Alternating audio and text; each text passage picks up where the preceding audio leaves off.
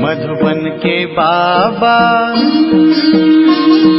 मधुबन के बाबा मुरली वाले, आपका क्या कहना,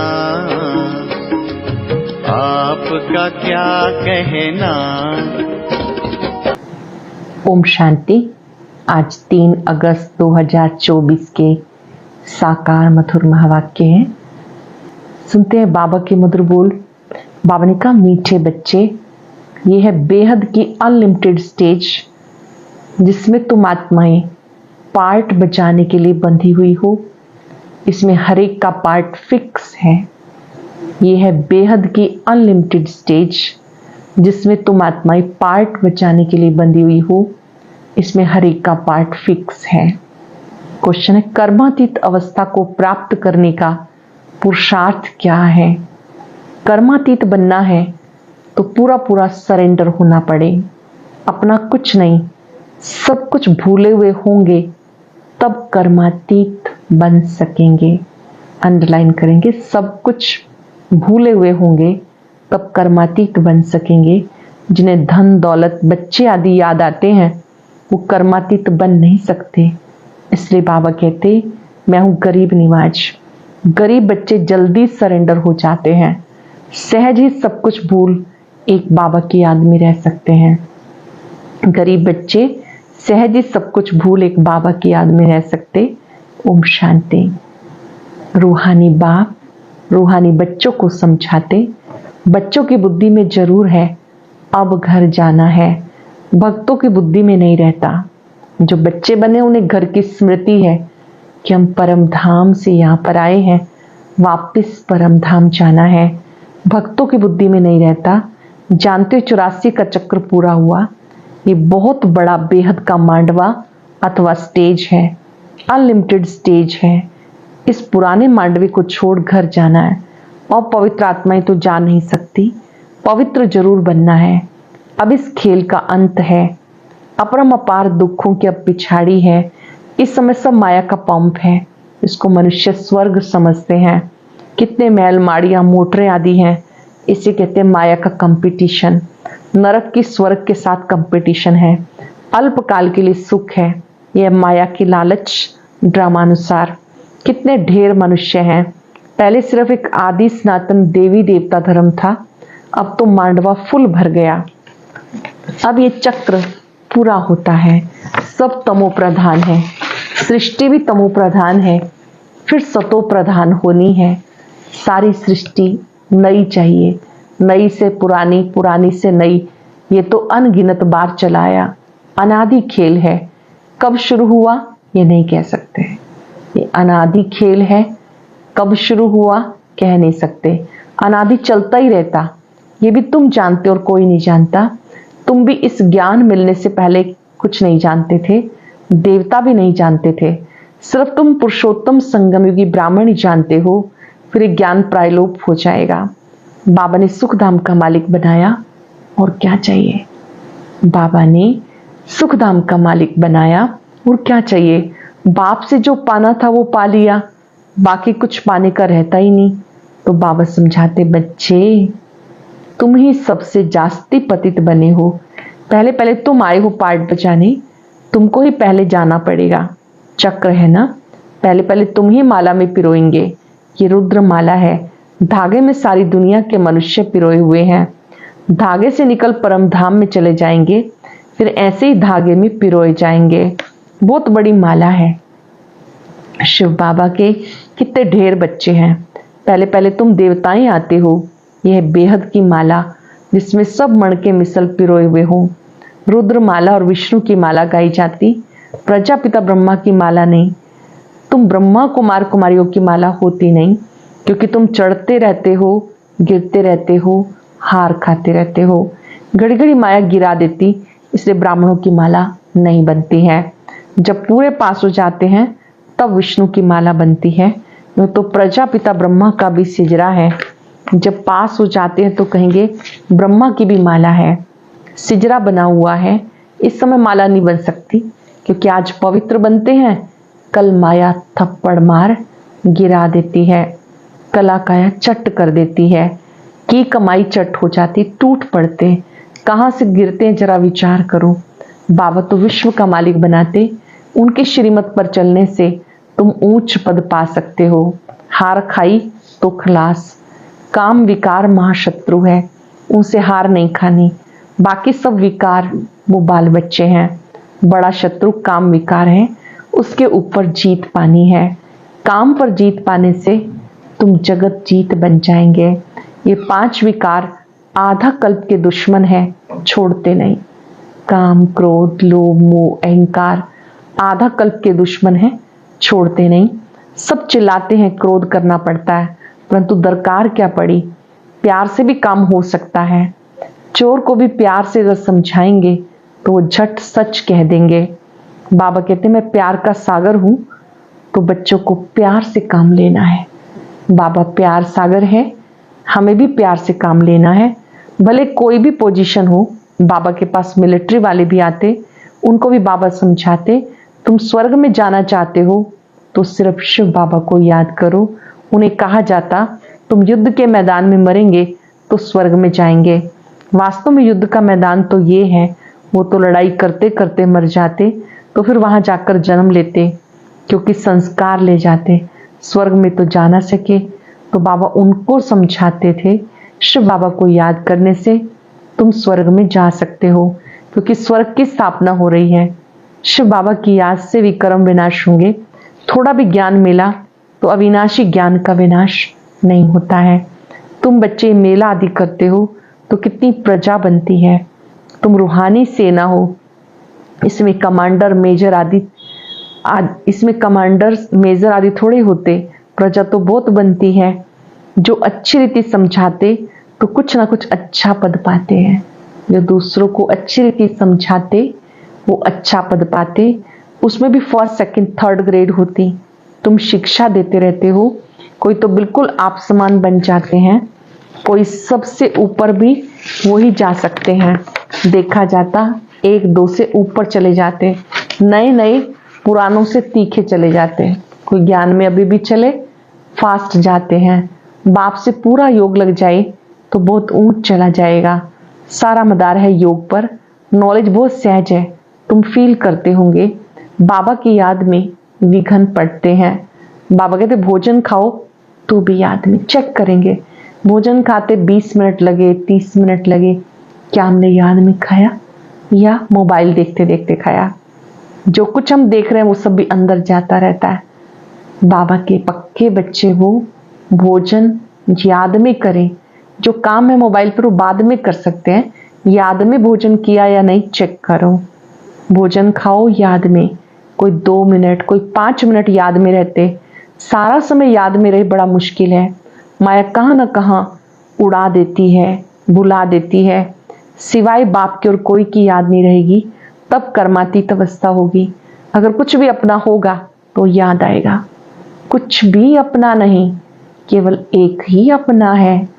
उस एक अपने को अपनाना है, अच्छी रीति अपनाना है, ताकि उसकी याद में कोई और याद ना आए। अपना होगा तो याद पड़ेगा, कुछ भी याद ना आए, ये बाबा मिसाल है। इसको याद आएगा क्या? कोई बाल बच्चे, धंधा आदि, कुछ धन आदि नहीं, सिर्फ तुम बच्चे याद आते हो। तुम तो जरूर बाप को याद पड़ेंगे ही, क्योंकि बाबा आए हैं कल्याण करने के लिए। याद सबको करते हैं, फिर भी बुद्धि फूलों की तरफ चली जाती। फूल अनेक प्रकार के होते, कोई बिगर खुशबू भी होते हैं। बगीचा है ना, बाप को बागवान माली भी कहते हैं। तुम जानते हो मनुष्य क्रोध में आकर कितना लड़ते झगड़ते हैं, बहुत देहाभिमान है। बाबा समझाते कभी कोई क्रोध करे तुम्हें शांत रहना है।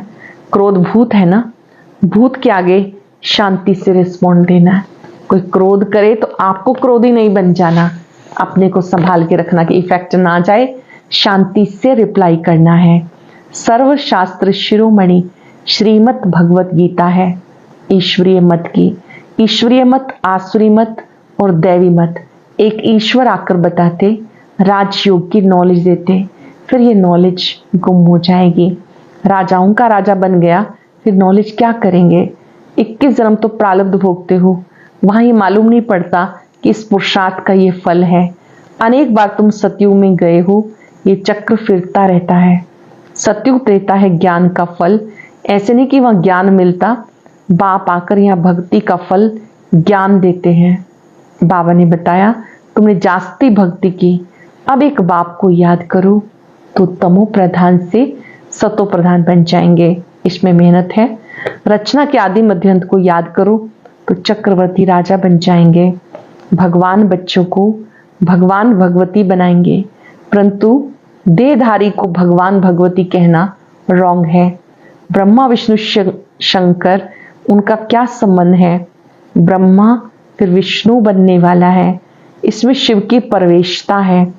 सूक्ष्म वतन वालों को फरिश्ता कहा जाता, तुम्हें फरिश्ता बनना है। साक्षात्कार होता, बाकी कुछ है नहीं।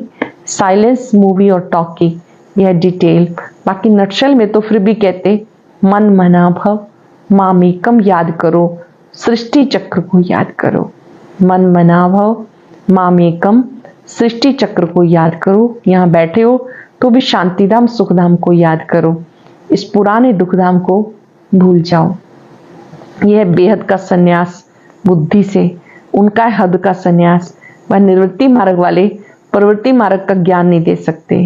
राजा रानी बनना प्रवृत्ति मार्ग है, वहाँ है ही सुख, वो तो सुख को मानते ही नहीं।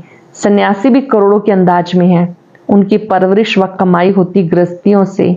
एक तो तुमने दान पुण्य में लगाया, फिर पाप का धंधा किया तो पाप आत्मा बन गए। तुम बच्चों को अविनाशी ज्ञान रत्नों की लेन देन करनी है। तुम बच्चों को हमेशा ज्ञान रत्नों की लेन देन करनी है। वो धर्मशाला आदि बनवाते तो दूसरे जन्म में अच्छा मिलेगा। ये तो है बेहद का बाप, यहाँ है बेहद का बाप। बाप क्या कहते हैं? बाप डायरेक्ट आकर के तुम्हें बातें समझाते हैं, वहाँ इनडायरेक्ट ईश्वर अर्पणम करते हैं। अब भूखा तो नहीं है, वो तो दाता है, ईश्वर अर्पण करते हैं। क्या ईश्वर को कुछ चाहिए हमसे? नहीं, वो तो दाता है, उनको भूख होगी क्या?